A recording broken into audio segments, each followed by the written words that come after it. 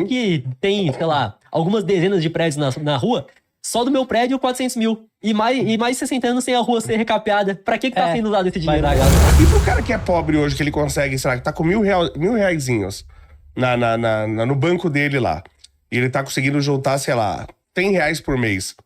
Qual que seria a melhor proteção hoje? Porque poupança já era, é besteira o cara colocar dinheiro na poupança hoje. Qual que seria a melhor proteção pro pobre contra a inflação? Então, o que eu vejo é que... Essa eu peguei vocês, hein? O primeiro ponto é que, beleza, ele pode tentar preservar esse capital que ele possui. Hoje a forma que ele não vai ter uma volatilidade de curto prazo é botar numa renda fixa Tesouro Selic, CDB. Mas o principal pro cara que tem muito pouco e ganha muito pouco é ele se desenvolver, se capacitar para poder ganhar mais, né? Senão vai ser... vou investir 100 reais por mês. Talvez em 70 anos ele consiga ter uma aposentadoria mais digna. Mas não que ele vai conseguir transformar a realidade dele no curto prazo, né? Sim. É o que já me perguntaram uma vez o que eu faria se eu... Já me perguntaram mais de uma vez o que eu faria se eu ganhasse um salário mínimo. Falei assim, lógico que com a consciência que eu tenho é muito mais fácil fazer esse questionamento. Mas eu me questionaria. Por que a minha capacitação é tão baixa que o meu trabalho vale o mínimo? Eu acho que essa é a pergunta. Por que eu sou tão mal capacitado? Aliás, tá tendo agora uma polêmica aí do cara que o coach que foi disputar contra 30 gordos. Você viu isso aí? Vi, o treinador lá, isso. O Guto. Aí o pessoal fala, não, é só escolher. É você falar que eu não quero ser gordo e pronto, não é. E aí tem um cara que falou uma coisa que eu achei muito bem observado. Ele falou, é muito mais fácil pro cara que tem a predisposição pra ser gordo, é muito mais fácil ganhar dinheiro do que emagrecer. E no Brasil parece que as pessoas têm mais facilidade pra emagrecer do que pra ganhar dinheiro. Porque ganhar dinheiro também não é uma coisa difícil, né? Vamos concordar. Não é uma coisa difícil. E a maioria dos brasileiros tem uma dificuldade muito absurda, por inúmeras questões. E eu não posso também falar que é só eu decidi, não quero ficar rico, decidi. E pronto, e vou ficar. Isso requer estudo, capacitação, conhecer pessoas, ter oportunidades. Eu vejo o seguinte, por exemplo, o caso do Luva de Pedreiro, né? Que ele morava lá no interior da Bahia, pegava o celular dele que só tinha memória pra gravar um vídeo por vez, gravava aqueles vídeos lá. E falava uma frase só, receba. Falava uma frase só, receba, fazia o chute. E ele teve a capacidade de ficar muito rico através disso. Então, com uma baixa capacidade cognitiva, ele ficou muito rico através da internet e com um meme que viralizou. Só que você observa pra cognição dele, como ele se comunica, como que é o pensamento dele, como que ele desenvolve um raciocínio que, infelizmente, ele não teve nem a capacidade na infância de conseguir tomar água e se alimentar da forma certa, e acredito fortemente que o cérebro dele não se desenvolveu. Então, para uma pessoa que não teve nem acesso a saneamento básico na infância, não teve nem acesso a comida, a comer proteína, é uma pessoa que, infelizmente, não vai ter essa capacidade de ganhar dinheiro igual alguém que teve todas essas condições, claro. Né? Então... Mas uma coisa que o Luva de Pedreiro teve, e é que, apesar de todas as críticas, né, ao dinheiro que ele recebe, mas ele teve uma coisa que é importante. O pessoal fala, mas o cara ganhou dinheiro só fazendo isso, só falando receba. Aí eu falo, pai, você não fez nem isso, né? Então ele teve atitude. Então ele, enquanto os outros estavam dormindo ou estavam bebendo cachaça, ele estava fazendo alguma coisa. E deu certo. Ótimo pra ele, parabéns pra ele. E andava acho que 5 quilômetros pra ir, pra voltar, pra cada vídeo que ele postava, pra cada gravação que ele fazia. Então teve um mérito nisso. Claro. Óbvio que o problema é depois, com o que ele fez com essa fama, né? Que criou casa de apostas, divulgou um monte de porcaria. Pra um monte de gente que, infelizmente, às vezes se inspirava nele, era pobre também, foi apostar. Mas a grande questão é essa, né? Que pessoas que não têm nem o mínimo de cognição, infelizmente, não vão ter essa capacidade de ter ganhar responsabilidade dinheiro. social também, né? E também como é que o cara vai ter responsabilidade social se ele nem entende como a sociedade funciona? Mas eu vejo que até o cara que trabalha por um salário mínimo era pra ele conseguir viver com dignidade. Mas ele não consegue, muitas vezes porque o Estado atrapalha. Sim. Então, por exemplo, nos Estados Unidos tem... Não que seja é um exemplo muito melhor que o Brasil, mas não que seja perfeito também. O cara que trabalha lá no subemprego e ganha um salário mínimo, ele consegue ter um carro, consegue ter uma casa, consegue comprar um telefone, um videogame. E muitas vezes o cara não tem uma ambição muito grande de querer algo além. Pra ele já tá tranquilo, isso aí tá bom. Aqui no Brasil, o cara não existe essa possibilidade. Não, que eu vou ganhar muito pouco aqui, vou ficar um salário mínimo, vou ter uma qualidade de vida decente. Sim. Muito por conta do que acontece, do patrão ter que pagar, vamos supor, pra um salário ganhar R$1.500 CLT, vai ter que pagar quase 3 mil, o cara recebe 1.500. Bem mais que 3 mil. Quando você pagar 1.500, Eu acho que hoje você tá pagando uns 4.500. Porque se você pegar tudo mesmo, porque tem coisa que eu tenho que colocar na conta. Qual que é a porcentagem dos funcionários que eu sou mandado embora? Provisão de processo trabalhista. Isso, então, né? Se for colocar somente o básico que ele vai receber, dá próximo de 3 mil. É o dobro. Se for considerar essa provisão de processo trabalhista, risco Brasil, aí vai mais ainda, realmente. Você gasta 3... Pra você pagar 1.000, você gasta 3 mil com um funcionário. E aí o cara vai consumir e metade é imposto. Sim. Ou você gosta de falar que 100% é imposto, né? Então, ele deveria estar consumindo o dobro do que ele consome, mas aí era pra ele ter mais dignidade, porém, por conta do Estado, ele não tem também. Então, se o cara que não tem muita ambição, quer ficar tranquilo ali no mais básico, ele poderia viver tranquilo. Sim. Se não fosse o Estado atrapalhando ele. Esse é um problema que eu reclamo no Brasil, de a pessoa não ter tranquilidade, porque ela tá sempre devendo para o Estado. Então, claro, a gente pode reclamar do imposto na renda, mas você só vai ter imposto na renda se você estiver trabalhando, se você tiver renda. Você pode reclamar do imposto no consumo, mas você só vai ter imposto se você estiver consumindo.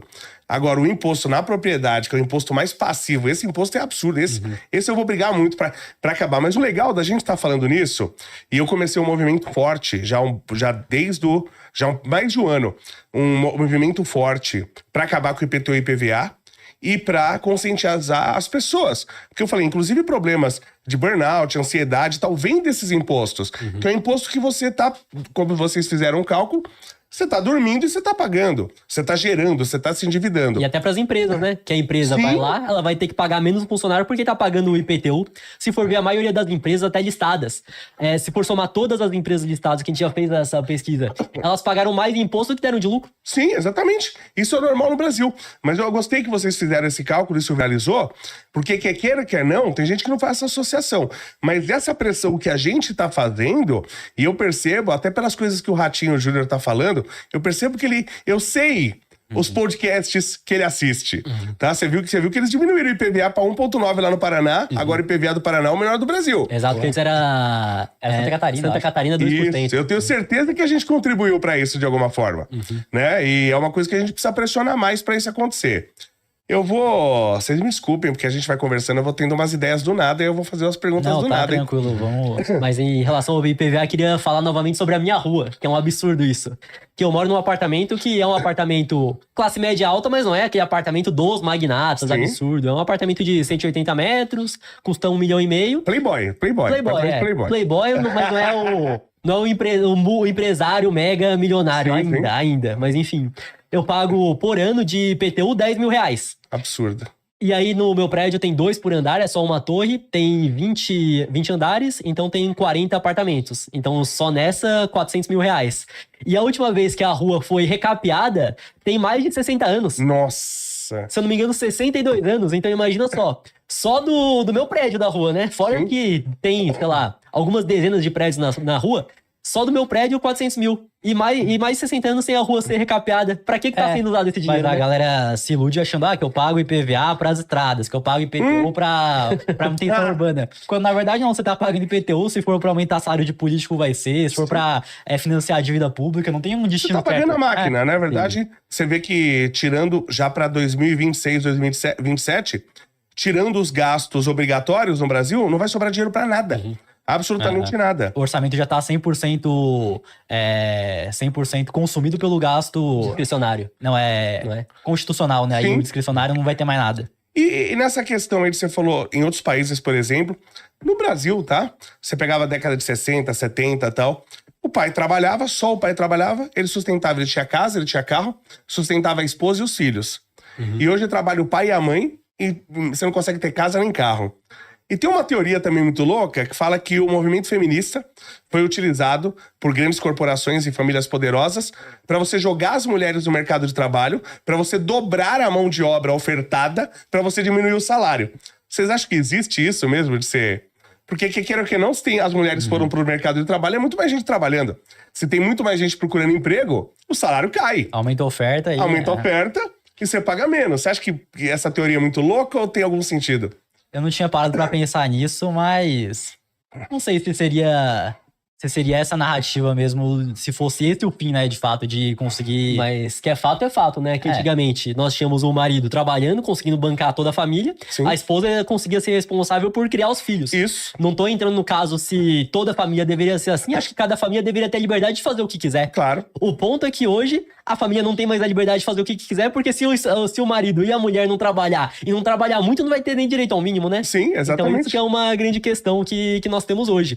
Que hoje não existe mais a possibilidade. Porque se for pegar o casal de classe média, só o cara trabalhar, ou não vai conseguir comprar a casa, ou não vai conseguir comprar o carro, ou não vai conseguir pagar a escola dos filhos, porque qualquer pai e mãe que tem um mínimo de condição a mais vai colocar o filho numa escola particular, que eu e o Matheus estudamos na escola pública praticamente todo o período e era precária a situação. Então eu vejo que pode fazer sentido sim, não sei a fundo se esse foi o objetivo, mas que é uma grande questão, né? Tanto que tem nos Simpsons, né, que é um desenho que tem até os dias atuais, mas é da década de 80 ou 90, se eu não me engano, que o Homer Simpson conseguia, somente com o emprego dele, sustentar ele, a esposa e mais 2 filhos. Com 3 filhos. Três e filhos. 2 carros. Exato. Tinham 2 carros e com um emprego que não era, nossa, meu Deus, trabalhava Na usina nuclear. Na usina, e não exato. fazia nada, né? Pra falar a verdade. Exato. Então, com um emprego que não era um emprego que exige sei lá quantos cursos superiores, enfim, ele conseguia sustentar uma família que hoje seria o caso que muitas famílias gostariam de ter, por exemplo, uma Sim. casa, 2 carros, sustentasse todos os filhos, tivesse uma dignidade, mas eu vejo que isso acontece muito por conta da inflação da moeda, né? Porque é cada vez mais moeda em circulação, Sim. mais concentração de riqueza entre os amigos do rei e a própria população, que antes tinha mais dignidade, passa a não ter. Mas o que eu vejo também é que dos anos 70 pra cá, o número de dias trabalhados pra pagar imposto dobrou. Então, você Sim. trabalhavam na média, acho que eram 70 dias pra pagar os impostos, hoje em dia já passam de 140. Então, a máquina pública aumentou, agora a galera tem que trabalhar mais pra sustentar o Estado maior, né? Então, O dinheiro eu vejo vale que é menos isso, junto, né? Você sabe de onde vem a expressão quinto dos infernos, né? que o imposto era um quinto. Era né? um quinto, 20%. Hoje a gente paga mais que 2 quintos, né? Que nem o Brinco falou. Tiradentes foi enforcado por causa do quinto, o imposto de 20%. Se Tiradentes estivesse vivo hoje, ele se enforcava. Ele não ia ser enforcado, porque ele não ia aguentar pagar 40% de imposto. E a gente não tem retorno praticamente nenhum na sociedade. E se vai ver o imposto sobre imposto, que a empresa já paga Sim. muito imposto, tá repassando. Aí tem o imposto já que tá na nota de tudo que você paga. Então você vai ver, acredito fortemente que deve passar já de 60% a 70% o tanto de imposto que nós pagamos aqui no Sim, Brasil. não, tem um cálculo que eu vi, que quando você pega os impostos e as redundâncias, a gente paga 72% de imposto. E aí, até aproveitando que o Ciro Gomes deve vir candidato a vice-presidente, ano que vem, eu conversei com o mentor dele aqui, o Mangabeira Unger. Assiste que é interessante. Eu falei, pô, imagina o seguinte, você trabalha. Do seu salário, já uma boa parte fica na renda. Vai, 1/3 praticamente, vai 27%. Mas já fica uma boa parte, já fica na renda, já na hora que você recebe. Aí eu fiquei com 2/3 do salário. Aí quando eu vou comprar, é metade de imposto. Quer dizer, do que eu trabalhei, eu tenho 1/3 só de poder de compra, da minha força de trabalho. Aí, da minha força de trabalho, eu tenho 1/3 do poder de compra. Consegui comprar alguma coisa, consegui juntar uma casinha. Pronto, mais imposto de propriedade. Né? Aí chegou no final da minha vida, morri, mas consegui pelo menos deixar aquela casinha pra minha esposa e meus filhos ter o mínimo de dignidade. Aí o Lazarento do Ciro Gomes quer aumentar o imposto de herança. Parecia de uma maldade, de uma canalice. E fala que é injusto ainda, né? Viu o Haddad falando, não é injusto essas pessoas receberem tudo assim, de mão beijada, e não tem que pagar mais. Então, aí eu fico pensando, quando morreu, por exemplo, a dona Marisa, a esposa do Lula, os 12 milhões que ela ganhou vendendo Avon, ele poderia doar, em vez de deixar como herança pros filhos que não precisam, né? Não, e o Lula ele já coloca o patrimônio dele em VGBL, porque quando ele morrer já não entra no inventário. Olha que maravilha. Se eu não me engano era 6 ou Acho que ele tem 5 milhões, né? 5 milhões pra mais que ele tinha em VGBL, que aí Você já acha não que vai... ele tem 5, 6 milhões só? Não, acho que isso aí Declarado, ele já... né? Declarado, né? Isso aí ele já... Não, se bem que ele nem precisa colocar nada, porque os filhos ele já botou pra trabalhar nas empresas privadas aí que ele tá beneficiando, então não precisa mais de dinheiro. Pode de botar herança. até de sociedade, né? O comunista gosta muito que os outros paguem imposto, né? Mas eles não gostam de jeito nenhum. Aham, e ajuda empresas aí com crédito, praticamente a juros zero, né? Ajuda Sim. quem? Empresa que vai estar quem, né? Aí Será bota que é o filho gente pra da trabalhar. família ou não, né? Exatamente.